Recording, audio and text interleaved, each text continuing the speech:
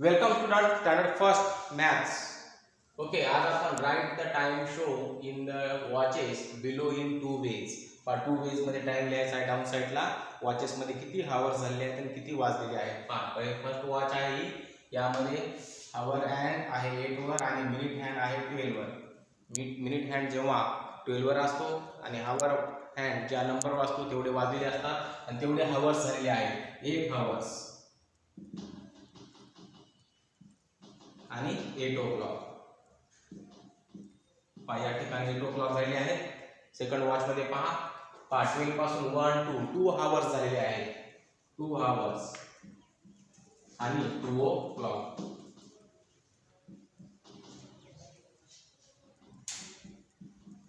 Okay, म्हणजे या ठिकाणी आवर हँड 2 वर आहे म्हणून 2 वाजलेले आहेत आणि मिनिट हँड 12 वर आहे.